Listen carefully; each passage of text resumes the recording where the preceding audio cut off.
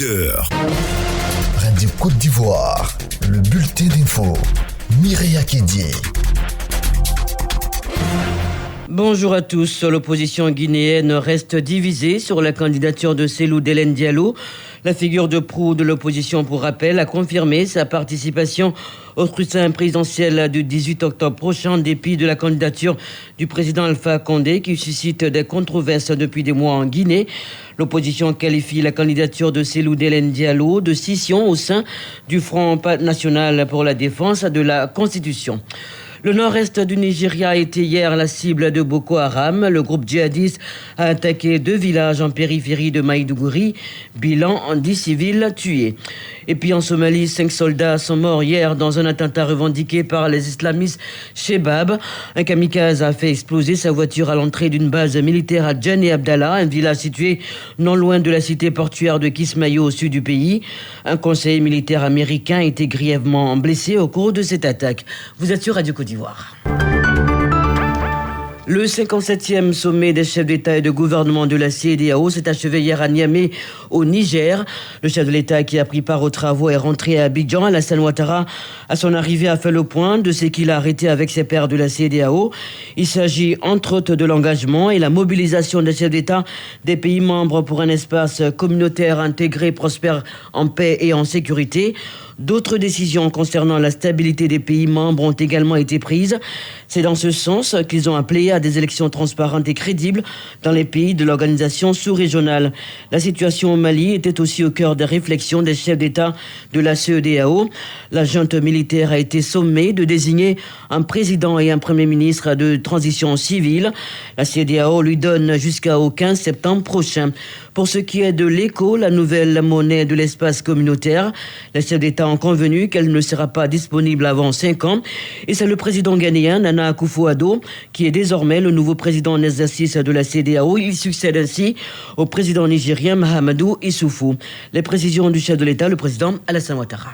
Quand l'éco pourra être réalisé, à ce moment-là, le lien avec la garantie sera arrêté et nous pourrons rentrer dans une évolution de taux de change flexible et aussi avoir une banque centrale fédérale. Il est évident que le délai de juin 2020 qui avait été arrêté n'est plus réalisable puisque la maladie coronavirus a complètement gâché tous les plans. Et nous avons demandé au président de la commission de reprendre ce dossier avec les banques centrales commises à cette tâche, de travailler à nous proposer un nouveau calendrier. Et donc l'éco en tant que monnaie scripturale ou fiduciaire ne pourra pas voir le jour avant 3 à 5 ans. Ce sommet a également procédé à la désignation d'un nouveau président en exercice de la conférence. Il s'agit du président du Ghana, Nana Akufo-Addo, qui aujourd'hui prend le témoin en remplacement du président Issoufou du Niger, à qui nous avons rendu un vibrant hommage pour le travail important qu'il a fait pendant son mandat et surtout avec cette période de crise. Le chef de l'État qui justement est attendu dans le Moronou. La visite d'État du président de la République dans la région commence demain mercredi et ce jusqu'au 12 septembre prochain. Moronou a changé de visage pour réserver un accueil des plus chaleureux au président Ouattara. Toutes les infrastructures sont en pleine réhabilitation, nous dit Aimé de Dieu. Des chantiers sont en cours d'exécution dans le Moronou. Travaux de construction des bâtiments des préfectures, des différents chefs-lieux de département, travaux d'entretien et d'extension du réseau électrique, bitumage de certaines voiries des villes et des villages environnants, en témoignent les cadres et autorités du Moronou. Nanambro, Asiakbese, chef du village. On voit déjà les travaux, les goudrons qui sont en train de se faire. Et à Asier, nous avons une route qui a été vraiment dégagée. Nous sommes contents. On voit que le développement est en train de se faire. Monsieur Komena, je suis enseignant à Banabo. À la préfecture, je vois que nuit et jour, les gens travaillent pour pouvoir réhabiliter les locaux pour recevoir Monsieur le Président. On nous a promis la route d'Imbokro ici. J'ose croire qu'avant son arrivée, tout sera fin prêt. Amalama Kwame Gilbert, député maire de la commune de Bongwanou. On a vu une petite partie, c'est vrai, mais ça ne fait qu'une petite partie. Nous osons et nous prions et nous prierons le président de la République à nous accorder au moins 10 km du bitume dans la ville et les villages environnants. Bongouanou, Ombato, Ara. Les choses s'accélèrent pour qu'avant le 8 septembre, tout soit prêt pour la visite du chef de l'État dans le Moronou. Les populations attendent beaucoup du chef de l'État pour le développement de leur localité.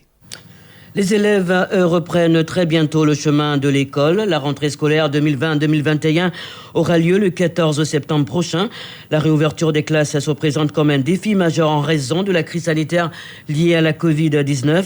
Plusieurs dispositions ont été annoncées hier par la ministre de l'Éducation nationale lors de la grande réunion de rentrée. Au nombre de ces nouvelles dispositions, l'année scolaire 2020-2021 est composée de 2 semestres. Le compte rendu de Asta Sidibé. Une année qui comprendra 2 semestres. Le premier semestre, c'est 2 périodes. La première du 14 septembre au 30 octobre 2020 pour une révision et l'exécution du programme du lundi 9 novembre au 22 janvier 2021. Le deuxième semestre tiendra dans la période du 25 janvier au vendredi 4 juin 2021. Un découpage qui donne donc 31 semaines, 3 jours et 1264 heures de cours. Les congés n'ont pas été oubliés, celui de Toussaint du 30 octobre au 8 novembre 2020, la Noël du 18 décembre au 3 janvier 2021, les congés de février du 12 au 21 février 2021. La ministre de l'Éducation nationale a fait un bilan de l'année écoulée. Kandia Camara a rappelé les conditions d'une année secouée par la Covid-19.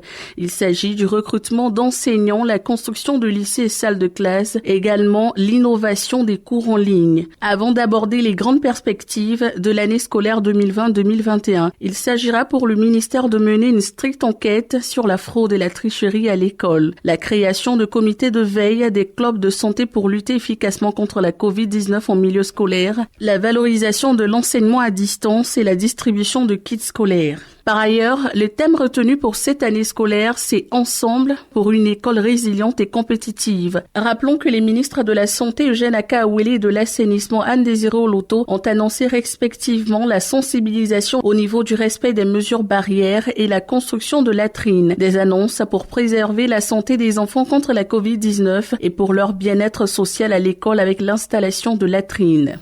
L'examen du BTS, le brevet de technicien supérieur, se déroule aussi dans le contexte de la Covid-19. Les épreuves écrites ont démarré hier sur toute l'étendue du territoire national. Pour cette session en 2020, l'on enregistre plus de 51 000 candidats qui composent dans les filières tertiaires et industrielles. Ces épreuves se tiennent dans le respect des mesures barrières. Quelques candidats rencontrés se disent prêts à affronter le BTS. Ado Wilfried, je suis ici pour composer comme mes amis ici présents. C'est de comprendre d'abord le sujet et puis entamer maintenant comment développer des questions et des résumés. Aboubi Erika Chalen, pour l'instant tout se passe bien. On espère que ça continuera jusqu'à la fin. L'administration ivoirienne dans son ensemble se met à l'heure du numérique. C'est dans ce sens que le gouvernement vient d'élaborer une politique nationale d'informatisation. Le projet est piloté par le ministère de la Modernisation et de l'Innovation du service public.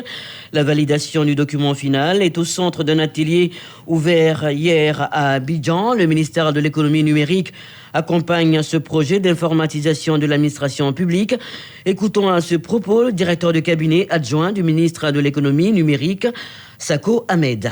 Notre société est en train d'être changée par la prise du numérique. Nous voyons que tout est en train de changer. Mais ce que nous n'avons pas vu encore, la mise en place d'une politique nationale par le gouvernement. Et donc nous sommes contents de cet atelier et de pouvoir développer une stratégie qui sera utilisée par le gouvernement. Ce bulletin est terminé. Merci. Prochain rendez-vous 12h, je serai là. C'était le bulletin d'info présenté par Mireya Kédié.